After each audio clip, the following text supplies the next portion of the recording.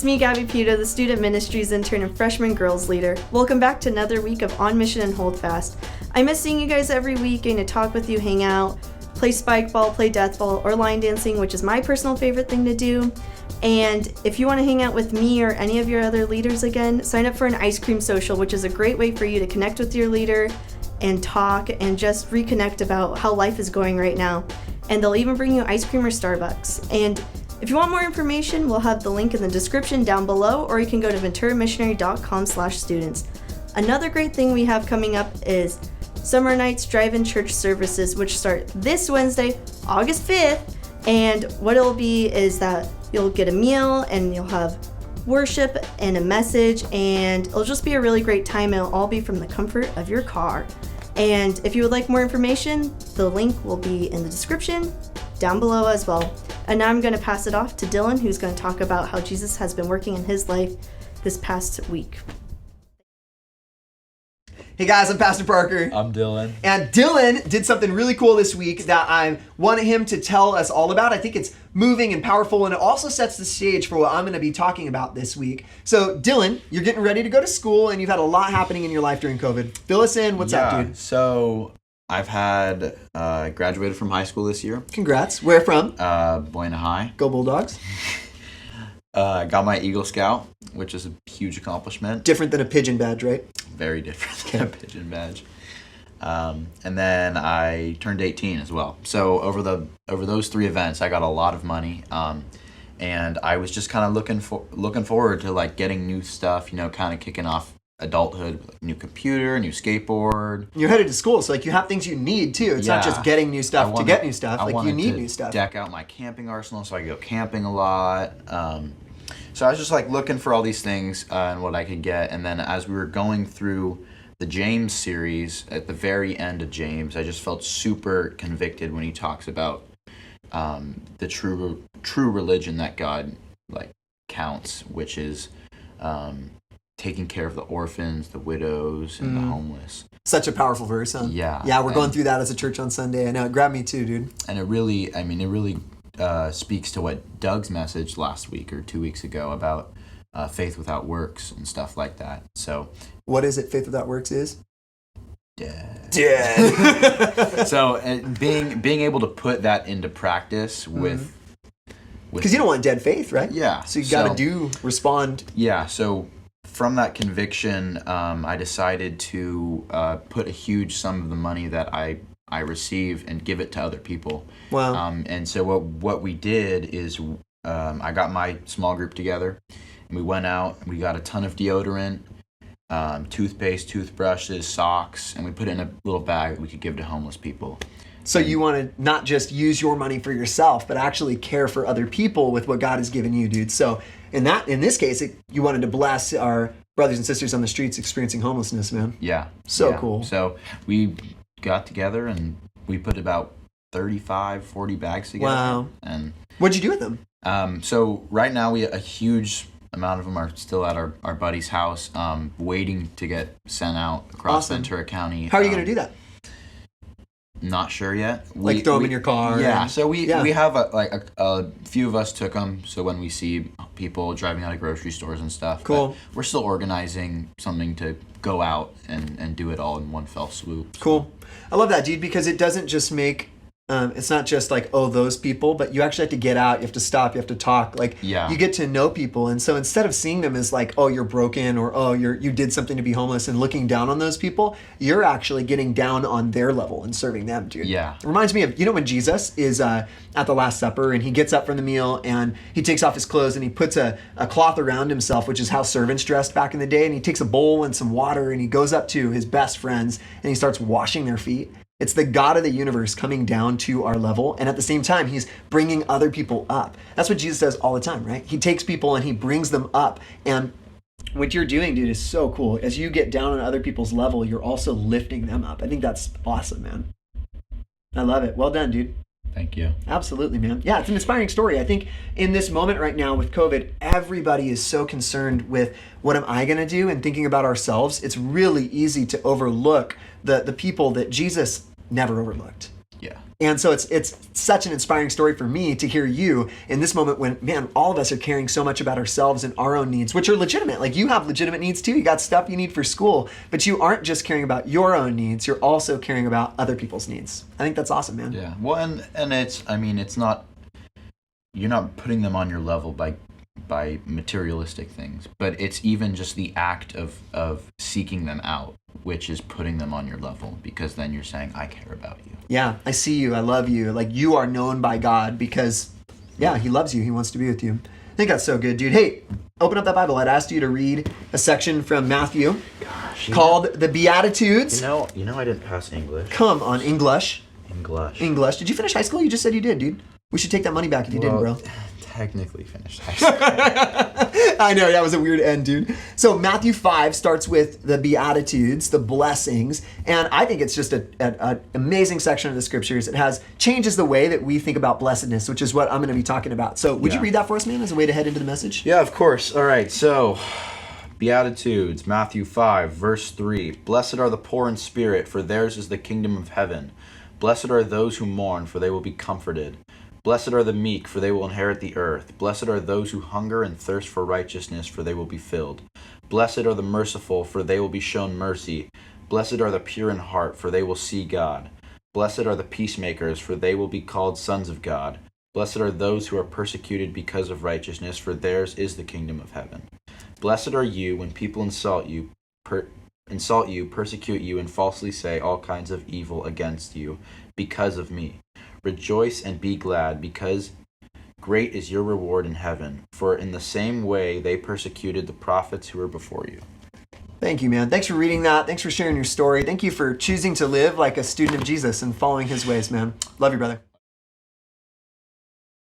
Hey, so again, I'm Pastor Parker, and before I get into what Dylan just read for us, let me talk about last week a little bit to catch us all back up to speed. So last week, I talked about the word Christian, and that we looked at how that is only used 3 times in the entire New Testament. And we talked about a word that the New Testament uses over and over and over again to describe us, people who follow Jesus. And that word is disciple. In Greek, it was the word mathetes, and if we translated mathetes directly into English, it would be the word student. So we talked about how if we're going to call ourselves Christians, we have to be willing to be students of Jesus, to be his disciples. And the first step to being a student of Jesus is that you have to take Jesus seriously. So with the series that we're in, we're going to be looking at the Sermon on the Mount. It's the largest collection of Jesus' teachings anywhere in the Bible. It's from Matthew chapter 5, 6, and 7. And this week, we're starting with what Dylan read, and it's a section of the scriptures called the Beatitudes. So let's get into the word beatitude. Beatitude comes from the Latin word beatus, and it means blessed or blessings on or happy. So in the text for the week, Jesus blesses those who in his day were seen as unblessable. I love this. See, this is how the longest collection of Jesus' teachings in the Bible begin. It begins telling everyone that would ever read this, you, me, people who've read this 1,000 years ago. It begins by telling everyone that would ever read Matthew 5 that Jesus blesses the people who society says aren't blessed. So right away, when you begin the Sermon on the Mount, you see that Jesus and what he teaches isn't anything like what the culture teaches. Culture doesn't teach that those people are blessed. So right away you think, come on, seriously, Jesus? Those people aren't blessed. The poor? Come on. The persecuted? No way. People who are hurt because of their faith in Jesus, people who are mistreated because of their faith in Jesus, those are the people Jesus says are blessed. And you look at it and you go, come on, Jesus, that's not what blessing looks like. Our society doesn't define that as blessed. So here's our problem. We have a different understanding of what blessing means than Jesus does. Our culture says that you can tell who's blessed by their outward appearance and by their life's circumstances. So our cultural formula for seeing if someone is blessed is actually pretty simple. If your outward appearance and your life circumstances line up with cultural standards, the current standards for what it means to be a blessed person and to live a blessed life, then, well, you're blessed. And if they don't, then you're not blessed. So we ask questions to figure out if someone is blessed. We ask questions like, okay, well, how many followers on Instagram does that person have? Or maybe on TikTok, do they have 1,000 followers or just 100 followers? If you have 100, you're clearly not blessed, but 1,000, of course you're blessed. That's what our society says. How many likes do you get on a photo? 10 likes or 400 likes? If you get 400, of course you're blessed. Are your eyebrows on point, right? Where do you go on vacation? Do you go to Maui or do you go to like Bakersfield? Of course you're not blessed if you go to Bakersfield. How many pics of this person do you see in an infinity pool, right? If there's none, dude, no way you're blessed. Come on. Do they have six-pack abs or not? Do they have the old or the new AirPods? Do they have the iPhone 11?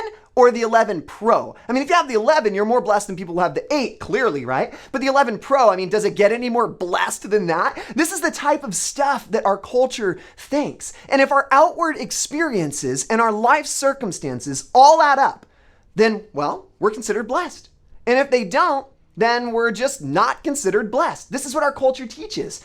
Our definition of blessed has to do with all of the stuff on the outside, with what we can show other people. And this is nothing new, guys. Like, culture's done this forever. Even in Jesus's day, people thought like this. People have always thought that people with wealth are the blessed ones, while people who are poor are not blessed by God. People with huge homes are blessed by God, and people who can't afford even rent aren't blessed by God. People have always thought like this. Nothing has changed, even in Jesus' day. Nothing has changed in the heart of man since Jesus walked the earth.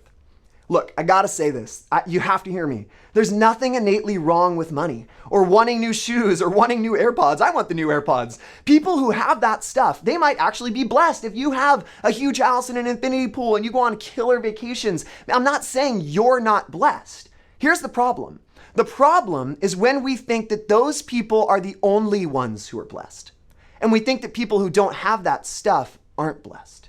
Because this leads us to think that we have to present an image to the world that looks good no matter what. So that way everyone thinks that we're living the blessed life.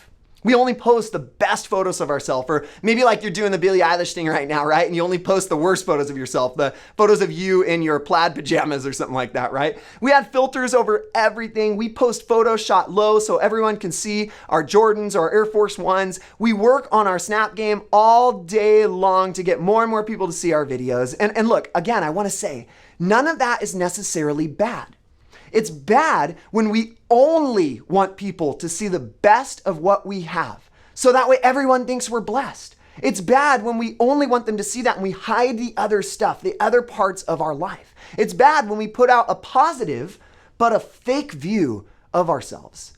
Guys, you know what I'm talking about. Like, we all do this, right? You post something that like looks really good and really cool, even if the rest of the day was garbage, and you just wait for people, the likes and the comments, to stack up so people know that you are living the good life. But here's the thing for Christians, though. Jesus, he just doesn't play that game. Jesus has a totally different definition of what it means to be blessed. That's why it's so hard for us to take the Beatitudes seriously, what Dylan just read for us. It's because we have a different definition than Jesus does. Scott McKnight, a theologian I love, he says this: "We live in a world of evaluations, assessments, and measurements. But Jesus turns his gaze deeper because he knows that what is measurable cannot be faked." Jesus' definition says that the people who look outwardly and circumstantially blessed, they aren't the only ones who are blessed. In fact, the people whose outward reality and inward circumstances make us think that they are not blessed, people who we don't think are blessed, actually are blessed because Jesus sees deeper than the external things. Jesus blesses people who culture rejects.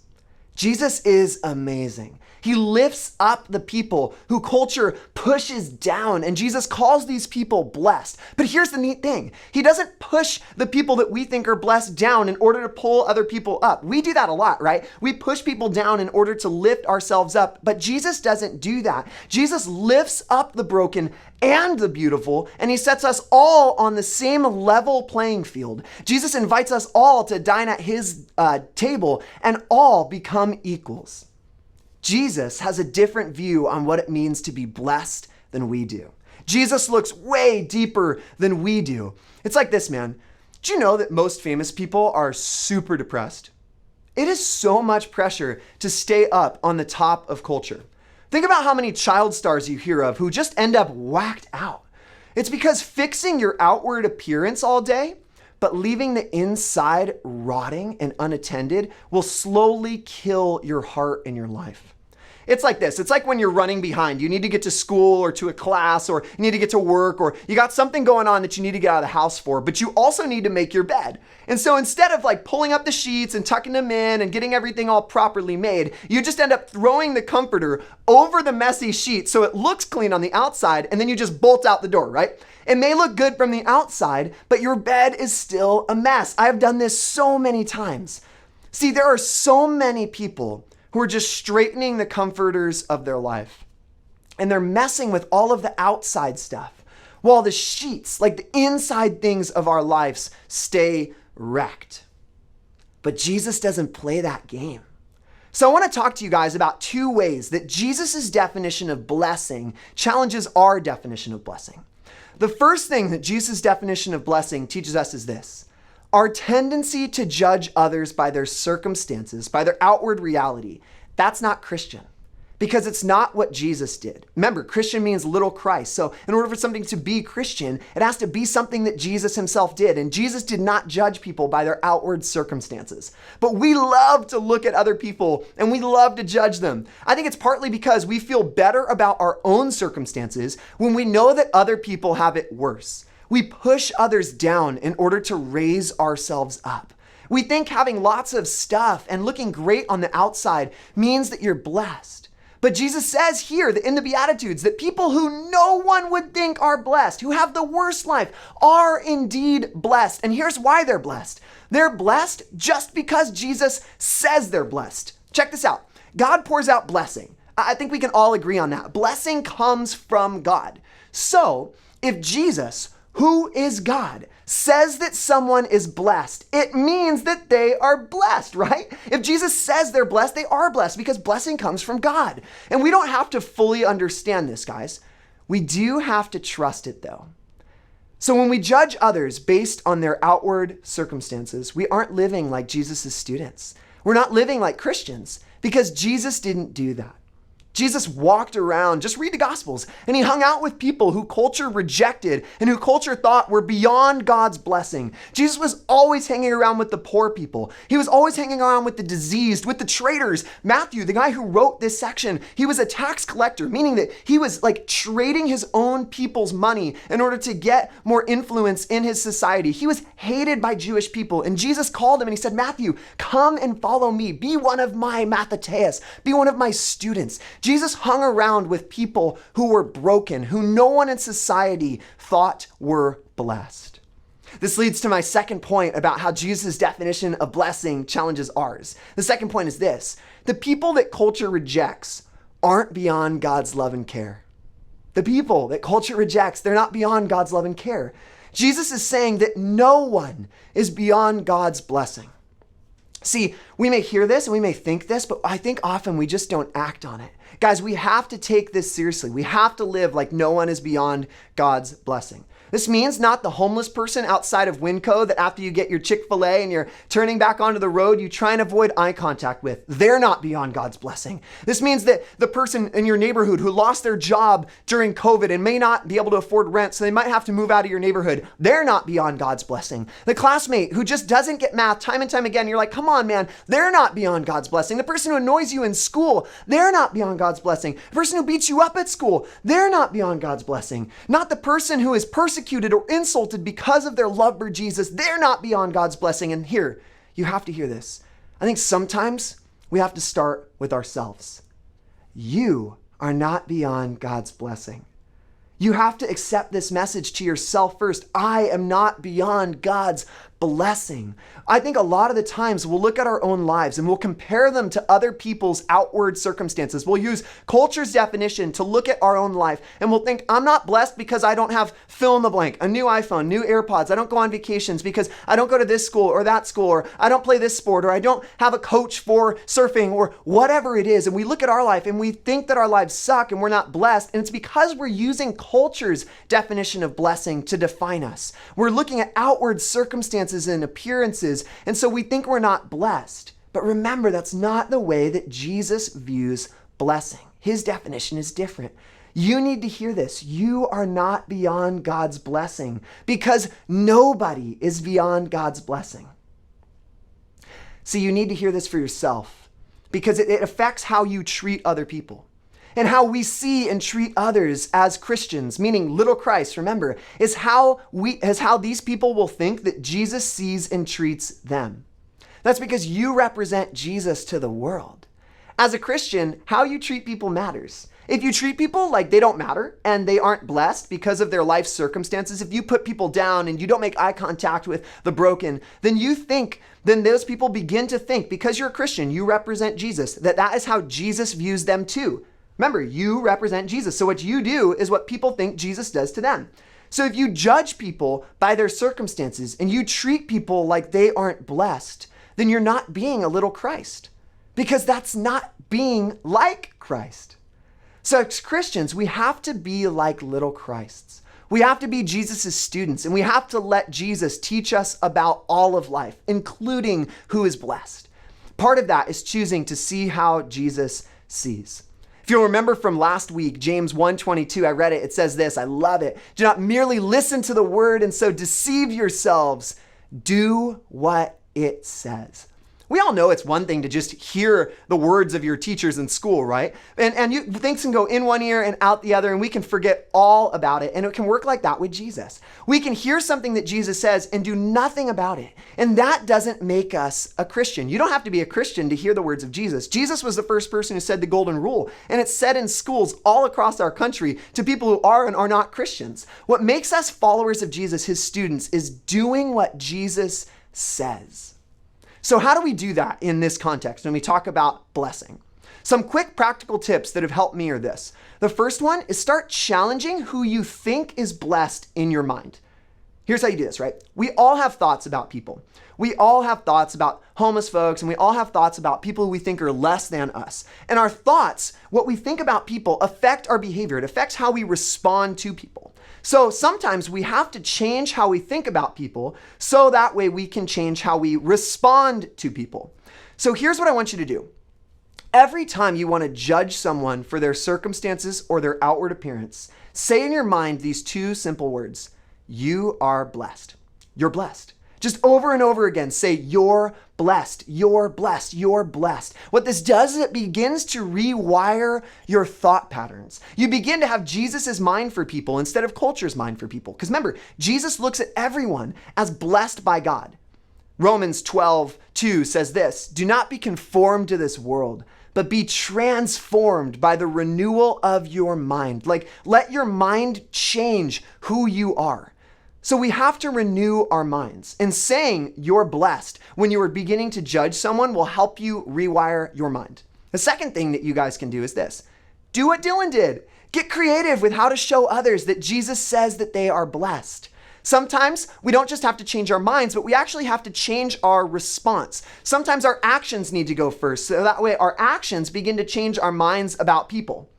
You know this is true if you've ever sat down with someone that you previously had judged or thought something negatively about, and you have a conversation with that person and you realize that that person isn't at all who you thought they were. Here's a scene from a show that'll help you understand that. In Outer Banks, when John B. and Sarah go on their little trip and they both realize that they totally misjudged each other and then they fall in love with each other, right? It's just like that. Sometimes we have to change our physical responses to people. We have to actually hang out and get to know people in order to change our brains about them. That's what Dylan is doing with the story that he shared earlier. We have to treat people like they're blessed sometimes, even if we don't believe it in our minds. And this is so important because this is how Jesus treated people. Jesus blessed the unblessable. And what that means is that nobody is beyond God's blessing, no matter what we think about them. Not you or me or your brother or sister or that homeless woman in the park. So as Jesus' students, we have to take Jesus seriously. And we have to start treating people like they're blessed. Instead of thinking, seriously, Jesus, there's no way that that person's blessed. And instead of thinking bad thoughts about them or responding negatively with our bodies to these people, we have to start taking Jesus seriously. If we're going to be little Christ, then we have to act like Jesus and treat people like he would.